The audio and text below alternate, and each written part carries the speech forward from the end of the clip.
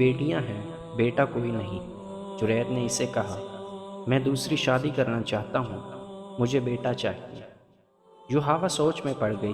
وہ جرید بن مصعب کی یہ خواہش پوری کرنا چاہتی تھی۔ اسے ایک رستہ نظر آ گیا۔ ہمارا ایک بزرگ ہے لیس بن موشان، یحاوہ نے کہا، اس کے پاس کوئی علم ہے، اس کے ہاتھ میں کوئی طاقت ہے۔ مجھے امید ہے کہ وہ اپنے علم اور عمل کے زور سے تمہیں اسی بیوی سے بیٹا دے گا۔ تم میرے ساتھ چلو، وہ میرا عطالیق ہے۔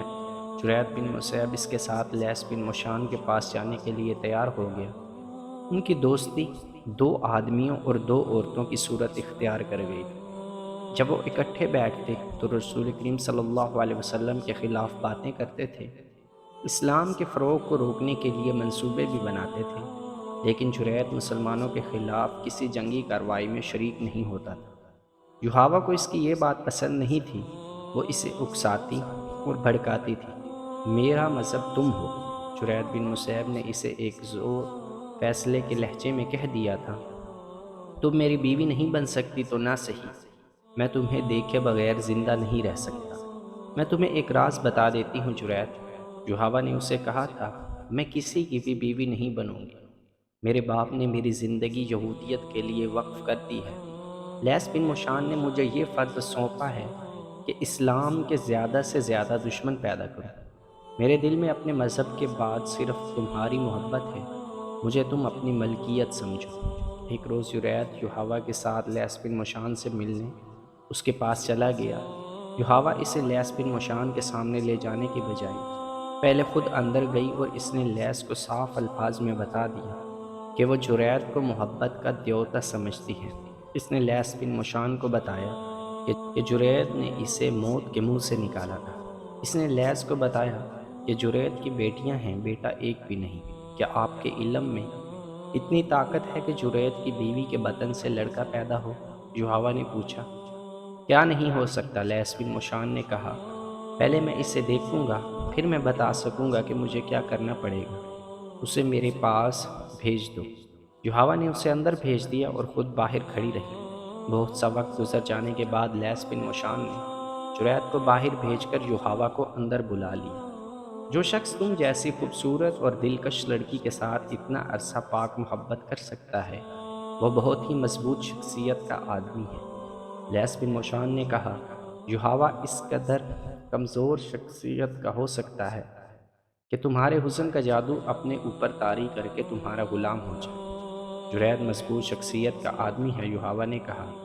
جرید کی ذات بہت کمزور ہے، لیس بن موشان نے کہا، میں نے تمہارے متعلق اس کے ساتھ کوئی بات نہیں کی، میں نے اس کی ذات میں اتر کر معلوم کر لیا ہے، یہ شخص تمہارے طلسم کا اسیر ہے۔ یحاوہ نے کہا، آپ اس کے متعلق ایسی باتیں کیوں کر رہے ہیں؟ میں اسے ایک بیٹا دینا چاہتی ہوں۔ مجھے اس کے ساتھ اتنی محبت ہے کہ میں نے یہ بھی سوچ رکھا ہے کہ میں اس کے بیٹے کو جنم دوں گی۔ نہیں لڑکی، بوڑھے لیس نے کہا، تمہاری کوکھ سے اس کا بیٹا جنم نہیں لے گا۔ یہ شخص ذریعہ بنے گا اس فرض کا جو خدائے یہود نے مجھے اور تمہیں سونپا ہے۔ یحاوہ خاموشی سے لیس بن موشان کے چہرے پر نظریں جمائے ہوئے تھی۔ جسے تم اپنی محبت کا دیوتا سمجھتی ہو، وہ اس شخص کو قتل کرے گا جو کہتا ہے کہ اسے خدا نے نبوت دی ہے۔ لیس بن موشان نے کہا، جرید سے زیادہ موضوع آدمی اور کوئی نہیں۔ کیا آپ پیشین گوئی کر رہے ہیں؟ یحاوہ نے کہا، یہ کس طرح قتل کرے گا؟ اسے میں تیار کروں گا۔ یہ تیار نہیں ہوگا، یحاوہ نے کہا۔ یہ کہا کرتا ہے کہ اس کا کوئی مذہب نہیں، محمد صلی اللہ علیہ وسلم کو یہ اپنا دشمن نہیں سمجھتا، قتل و غارت کو پسند نہیں کرتا۔ یہ سب کچھ کرے گا، بوڑھے لیس نے کہا۔ اس کے ذہن پر میرا قبضہ ہوگا، تم میرے ساتھ ہوگی۔ 3 روز تک یہ سورج کی روشنی نہیں دیکھ سکے گا۔ جب ہم اسے باہر نکالیں گے تو یہ ایک ہی بات کہے گا، کہاں ہے خدا کا نبی؟ وہ ہم میں سے ہے، میں اسے زندہ نہیں رہنے دوں گا۔ مقدس باپ، یحاوہ نے رنجھائی ہوئی آواز میں التجا کی، جرید مارا جائے گا، یہ واحد شخص ہے، خدائے یہود سے بڑھ کر محبت کے لائق کوئی نہیں۔ لیس بن موشان نے کہا، تمہیں یہ قربانی دینی ہوگی۔ جرید اب مکے کو واپس نہیں جائے گا۔ پھر یحاوہ بھی مکے کو واپس نہ گئی، جرید بن مصعب بھی نہ گیا۔ بوڑھے لیس نے دونوں کو 3 دن اور 3 راتیں ایک کمرے میں بند رکھا، جریت کو اپنے سامنے بٹھا کر اس کی آنکھوں میں آنکھیں ڈال دی اور پھر اسے کچھ پلایا اور زیر لب کچھ بڑبڑانے لگا۔ اس نے یوحاوا کو نیم برہنہ کر کے اس کے ساتھ بٹھا دیا۔ لیس یوحاوا کو جو کہا کرتی تھی، یہ ضروری نہیں کہ میں تم سب کو یہ بھی بتاؤں کہ میں نے جریت کے ذہن اور اس کی سوچوں کو کس طرح اپنے قبضے میں لیا۔ لیس نے کہا، میں اسے ساتھ لایا تو ہوں، تم اسے خود دیکھ لو۔ لیس بن مشان نے یوحاوا کو اشارہ کیا۔ یوحاوا باہر چلی گئی اور جریت بن مسیب کو اپنے ساتھ لے آئی۔ جریت نے اندر آ کر سب کو باری باری دیکھا، وہ یہاں نہیں ہے۔ جریت نے کہا، میں اسے پہچانتا ہوں، وہ ہم میں سے ہے، وہ یہاں نہیں ہے۔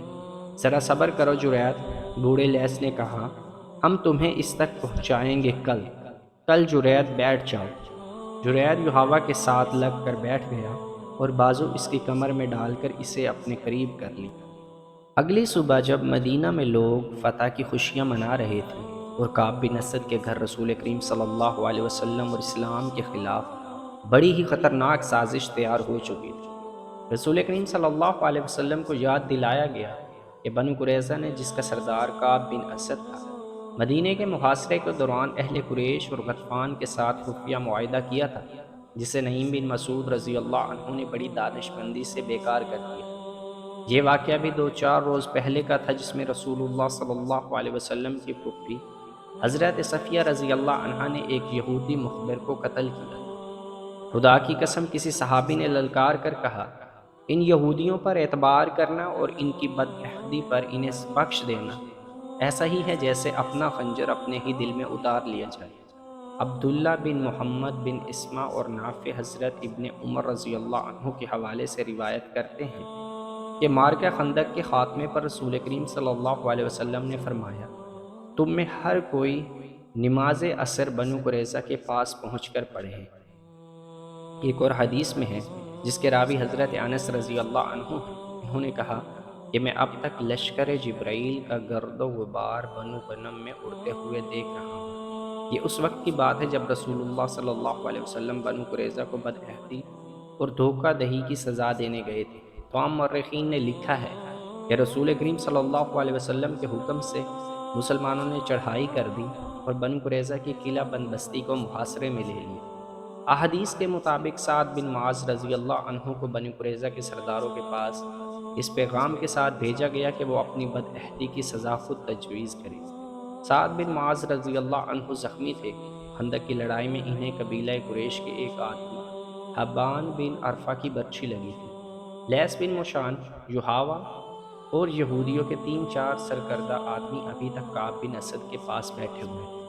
جریت بن مسیب بھی وہیں تھا۔ انہوں نے اپنی سازش کا وقت رات کا وقت مقرر کیا، لیکن ایک یہودی دوڑتا ہوا اندر آیا۔ مسلمان آ رہے ہیں، اس نے گھبراہٹ سے کانپتی ہوئی آواز میں کہا۔ صاف نظر آتا ہے کہ وہ دوست بن کر نہیں آ رہے ہیں۔ گرد بتا رہی ہے کہ وہ چڑھائی کر کے آ رہے ہیں۔ گرد دائیں بائیں پھیل رہی ہے۔ دیکھو، اٹھو اور دیکھو۔ کعب بن اسد دوڑتا ہوا باہر نکلا اور قلعے کے برج میں چلا گیا۔ وہاں سے دوڑتا اترا اور لیس بن مشان کے پاس پہنچا۔ مقدس مشان، کعب بن اسد نے کانپتی ہوئی آواز میں کہا، کیا آپ کے جادو ان برچھیوں اور تلواروں کو توڑ سکتے ہیں جو ہمیں قتل کرنے آ رہی ہیں؟ روک سکتے ہیں۔ بوڑھے لیس بن مشان نے کہا، اگر محمد صلی اللہ علیہ وسلم کا جادو زیادہ تیز ہوا تو میں مجبور ہوں گا۔ تم اوپر جا کر کیا دیکھ آئے ہو؟ خدا یہود کی قسم، کعب بن اسد نے کہا، یہ مخبری نعیم بن مسعود رضی اللہ عنہ نے کی ہے۔ مجھے معلوم نہ تھا کہ وہ مسلمان ہو چکا ہے۔ مسلمان محاصرے کی ترتیب میں آ رہے ہیں، ہم نکل نہیں سکیں گے۔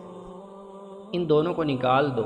لیس بن مشان نے کہا، یوحاوا، جریت کو ساتھ لے کر پچھلے دروازے سے نکل جاؤ، میں تمہارے پیچھے پیچھے آ رہا ہوں۔ آپ اوپر کیوں نہیں جاتے لیس بن مشان؟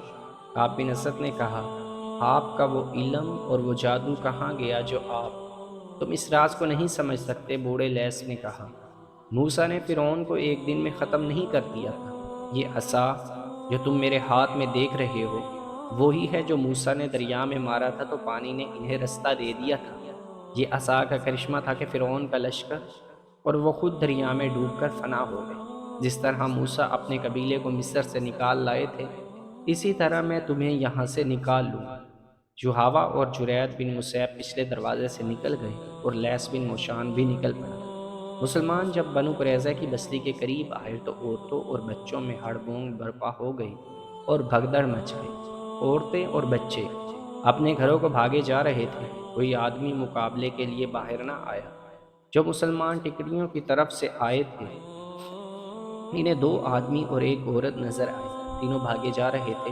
آدمی جو بوڑھا تھا اور عورت اپنے ساتھ کو گھسیٹ رہے تھے، وہ پیچھے کو مڑ مڑ کر دیکھتا اور آگے نہیں چلتا تھا۔ وہ لیس بن موشان، جرید اور یحاوہ تھے۔ لیس نے جرید کے ذہن پر قبضہ کر کے اسے رسول کریم صلی اللہ علیہ وسلم کے قتل پر آمادہ کر لیا، لیکن اب جرید اس کے لیے مصیبت بن گیا تھا۔ وہ اس عمل کے زیر اثر تھا جسے